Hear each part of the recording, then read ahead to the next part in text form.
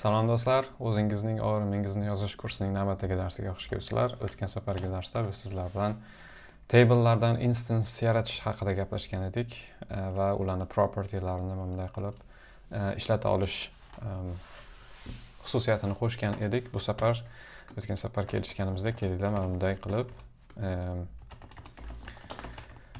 database klassimizga save degan metod qo'shaylikda va u birorta table'ni instance'ini parametr sifatida qabul qilsin. U author bo'ladimi, book bo'ladimi, boshqa bir table bo'ladimi, uni instance'ini parametr sifatida qabul qilsin va ma'lumotlar bazasiga joylab qo'ysin.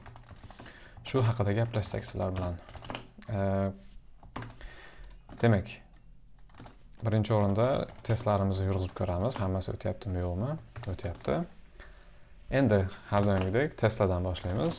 Demak, test create emas, save table instances deymiz.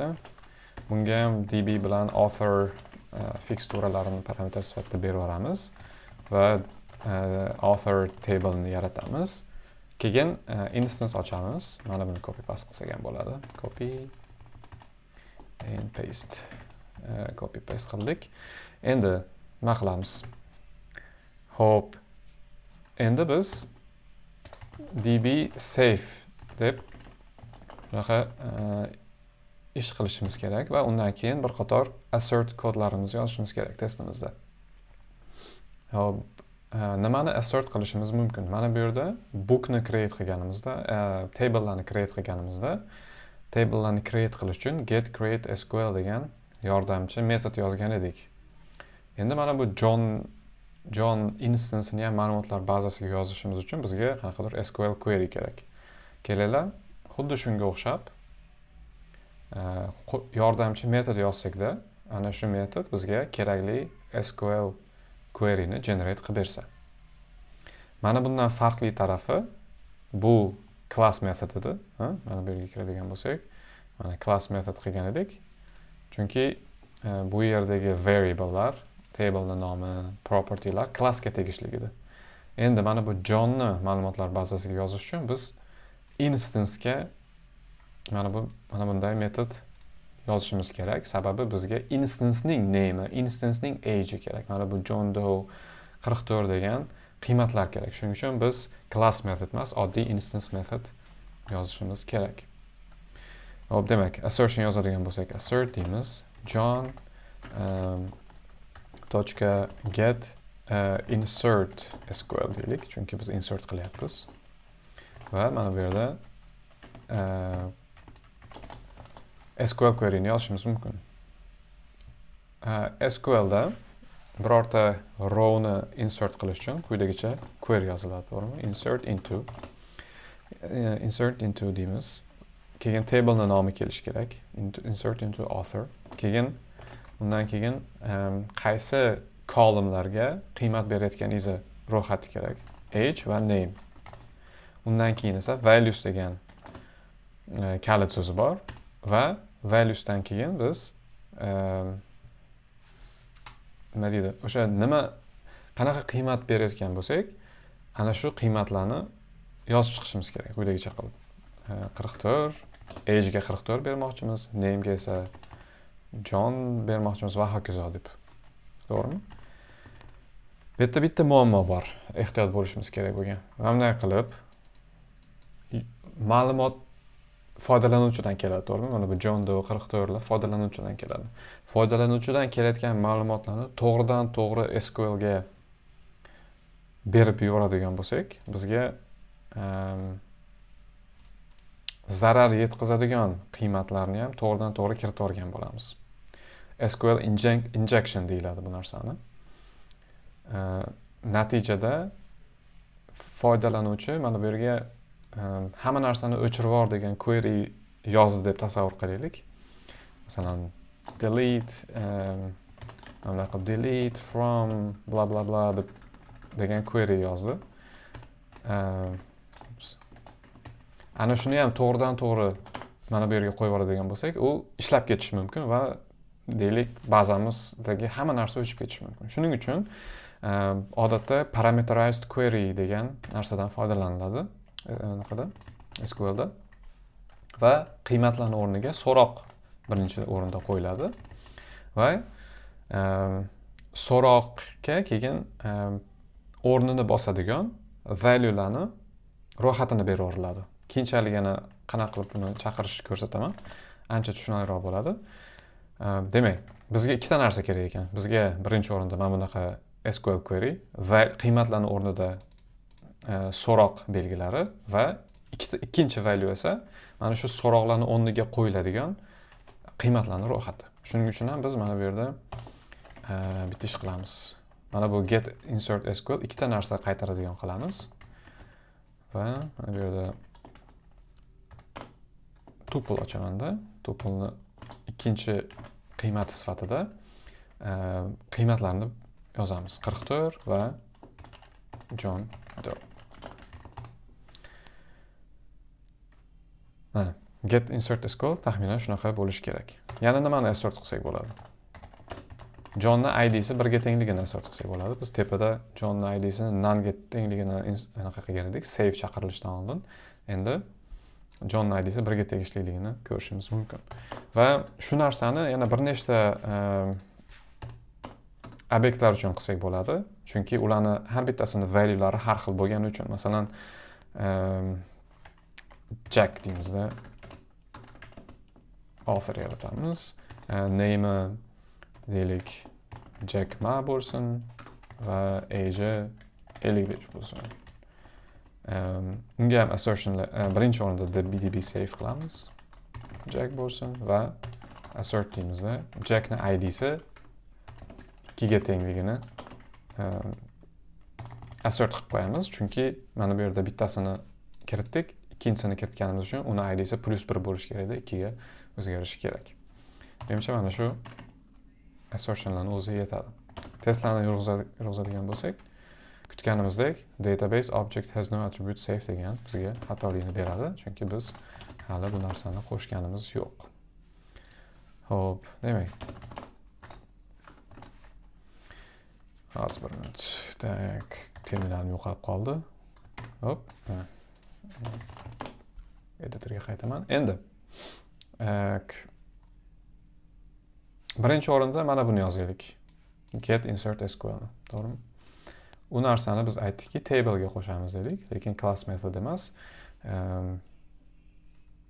instance method sifatida qo'shamiz. Va u ikkita narsa qaytarish kerak dedik. SQL query va SQL query ga beriladigan qiymatlarni ro'yxati. Tak, demak, yozamiz. Hop, database safe yo'q dedi. Birinchi o'rinda safe ni qo'shar ekanmiz, chunki testimiz dashi o'tmaydi bo'lmasam. Mana bu yerda testni yurgizganimizda safe yo'q dedi. Shunga birinchi o'rinda albatta o'shani qo'shishimiz kerak ekan. Uning uchun mana bu yerda ochamizda, mana bu yerga kelib def safe deyman. Safe u nimani qabul qiladi? Birorta instance ni qabul qiladi va hozircha pass deb turamiz. Hech narsa yozishimiz shart emas. Bunchaki testimiz keyingi etapga o'tishi uchun yurgizadigan bo'lsak, author object has no attribute get insert SQL. Ana endi mana shunga kirishimiz mumkin.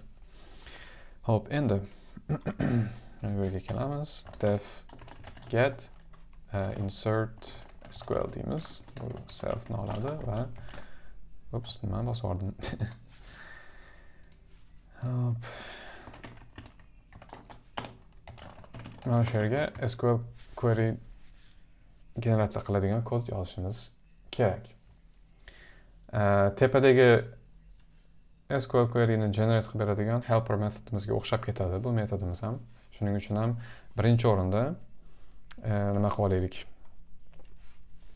Birinchi bitta konstantada insert SQL deymizda query ni o'zini yozib olaylik. Qani meni teng. Demak, insert into deymiz. Bu yerga table ni name kerak bizga, to'g'rimi? Keyin undan keyin fielddan ro'yxati kerak.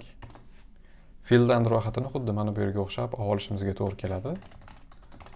Keyin bizga values degan kalit so'z kerak.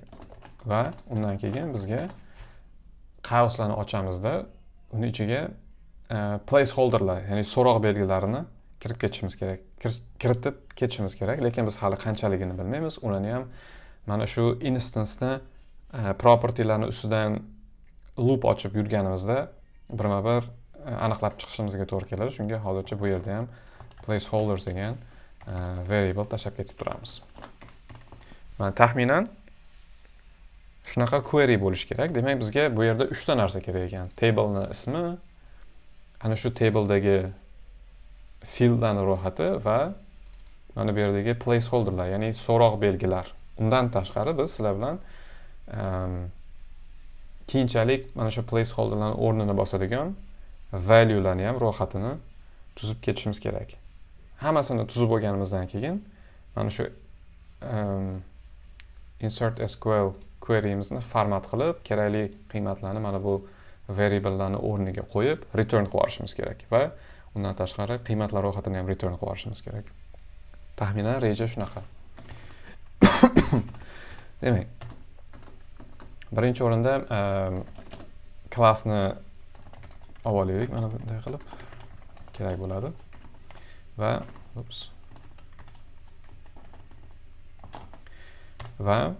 bizga fieldslarni ro'yxati kerak, placeholderlarni ro'yxati kerak va value'larni ro'yxati kerak. Hozircha ular empty list, ya'ni ularning ichida hali hech narsa yo'q. Ularning ichiga faqatgina columnlarni, fieldlarni ustidan loop ochib, yurg'izib chiqqanimizdan so'ng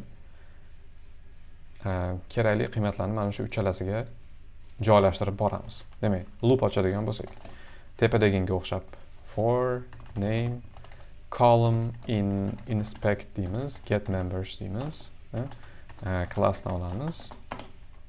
Endi agar deymiz columnimiz columnga teng bo'ladigan bo'lsa, ya'ni instance emas, is instance bo'lishi kerak. Is instance. Agar columnga teng bo'ladigan bo'lsa, fieldsga biz append qilamizda name ni joylaymiz. Age, name, title, published degan columnlarning namelari.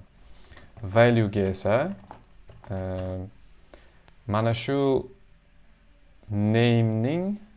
namelik attributening qiymatini olib berishimiz kerak. Masalan, John degan instance'imiz bo'lsa, John degan instance'imizni olish uchun John deymizda, name'ini olish uchun .name dedik. Tochka bilan ishlaymiz. Lekin bu yerda biz age'ini olish uchun esa, age'ini olish uchun John deymiz, .age deymiz. Lekin biz bu yerda name, age degan propertylarni ismini to'g'ridan-to'g'ri ishlata olmaymiz. Bizda mana bu variable bor, name degan, boshqa hech narsa yo'q. Shuning uchun tochka degan sintaksisni ishlata olmaymiz. Shuning uchun uni o'rniga getAttr degan metodni ishlatishimiz mumkin. GetAttrga instance'ni berib yuborsak va bizga kerakli bo'lgan propertiesini ismini berib yuboradigan bo'lsak, bizga xuddi shunaqa vazifani o'tab beradi. Va undan tashqari biz placeholdersga bitta so'roqcha qo'shib ketishimiz kerak. Mana o'chirib tashlayman. Mana 3 tasini to'ldirib borishimiz kerak. Fieldni, value'ni va placeholderlarni. Endi bundan tashqari bizni columnlarimiz faqatgina column klassining instance emas, balki foreign key ham bo'lishi mumkin. Foreign key bo'ladigan bo'lsa, sal boshqacharoq qilamiz. Demak, fieldsga name ni qo'shamiz. Value ga esa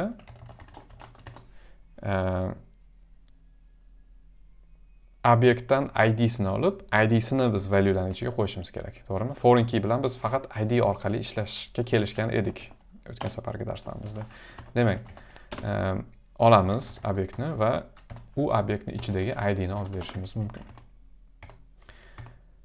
ID degan property'ning ismini bilganimiz uchun .id qilib ishlatib ketishimiz mumkin bu yerda va placeholderlarga yana bitta so'roqchani qo'shib ketamiz. Xo'p, endi mana bu ikkalasi qaytarilib qoldi, shunga quyidagicha qilishimiz mumkin. Bularni tepaga olib chiqib qo'yishimiz mumkin. Mana buni o'chiramizda, yoki copy qilamizda, tepaga olamiz. Surib qo'yamiz va mana buni ham placeholderlarni ham tepaga olib chiqamiz. Suramiz. Mana bu yerlardan o'chirib tashlashimiz mumkin, chunki ikkala holat uchun ham bir xil bu narsa. Sal tozaroq kod yozish maqsadida. Mana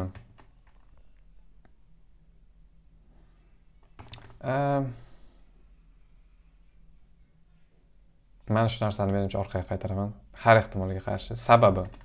Sababi propertylar, columnlarning ichida faqatgina column va foreign key bo'lmasligi mumkin. Boshqa narsaga esa bizga mana bilan qo'shilishi kerak emas. Shuning uchun orqaga qaytarib qo'yamiz har ehtimolga qarshi. Shundaylikcha turib turaversin. Demak, mana uchalasini ham yaratib bo'ldik.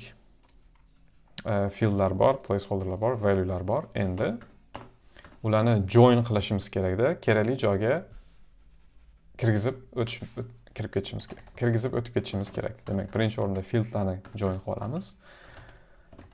Demak, join deymiz, virgul orqali join qilishimiz kerak.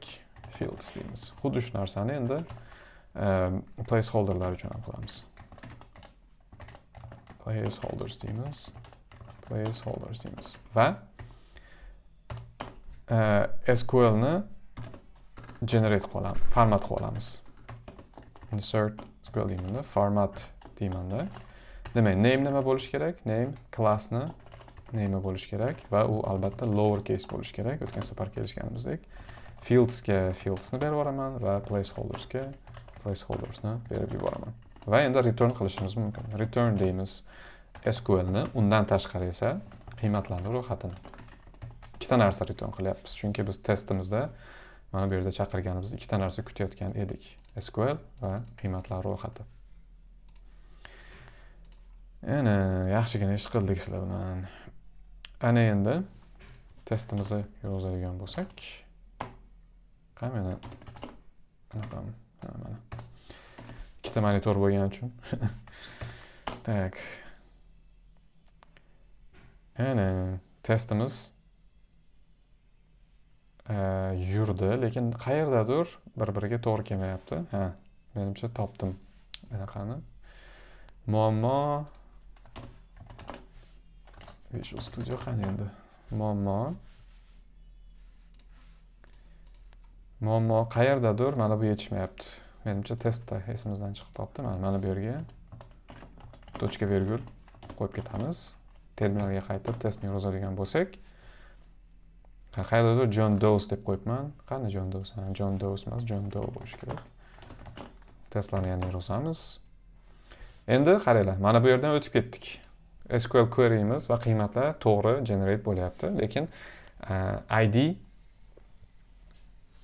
none-ga teng bo'lib qolyapti. Hali biz ID ni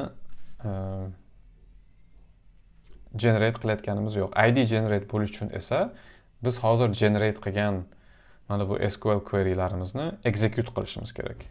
Haqiqatda ma'lumotlar bazasiga kirgizishimiz kerak. Uning uchun biz mana bu tepada yozgan save metodimizni oxirigacha yozib qo'yishimiz kerak. Qani Visual Studio. Oxirigacha save ni yozib qo'yishimiz kerak. Demak, uning uchun nima qilamiz? Birinchi o'rinda SQL bilan qiymatlar ro'yxatini olamiz. U esa instance dan keladi. Get insert SQL metodi orqali. Keyin connectiondan execute metodini chaqiramizda. SQL ni beramiz va value'lar ro'yxatini beramiz. E'tibor beringlar, o'tgan safargi execute'imizdan ozgina boshqacharoq. O'tgan safargi execute'imiz bitta qiymat qabul qilardi. Bu execute esa ikkita qabul qilyapti. Sababini biz gaplashdik, chunki bunda parametrlar bor. So'roq belgilarimiz bor. Chunki qiymatlar foydalanuvchidan keladi va mana shunday yo'l orqali biz execute qiladigan bo'lsak, SQL o'zi qiymatlarni tozalab, zarar yetkazmaydigan qiymatlarni kerakli joyga o'zi kirgizib beradi. Va yana bitta ish qilishimiz kerak. Connectionda commit degan metodni chaqirib qo'yishimiz kerak. Chunki yangi narsa kirityapmiz. U transactionda sodir bo'ladi va transaction nima deydi, haqiqatda bazaga yozilish uchun, o'chib ketmasligi uchun commit metodini chaqirib qo'yishimiz kerak. Bazaga o'zgartirish kiritganda shunaqa qilinadi. Ana save metodini yozdik. Endi yana bir testimiz yurg'izadigan bo'lsak, hali ham nonga teng deyapti. Sababi biz execute qilishga qildik-ku, lekin nima deydi? Mana bu yerdagi datani ichidagi ID ni o'zgartirib qo'yganimiz yo'q. Mana shu ID ga biz hozirgina execute qilgan query ni natijasini olib, u natijadagi ID ni olib, mana bu ID ni ichiga kirgizib qo'yishimiz kerak.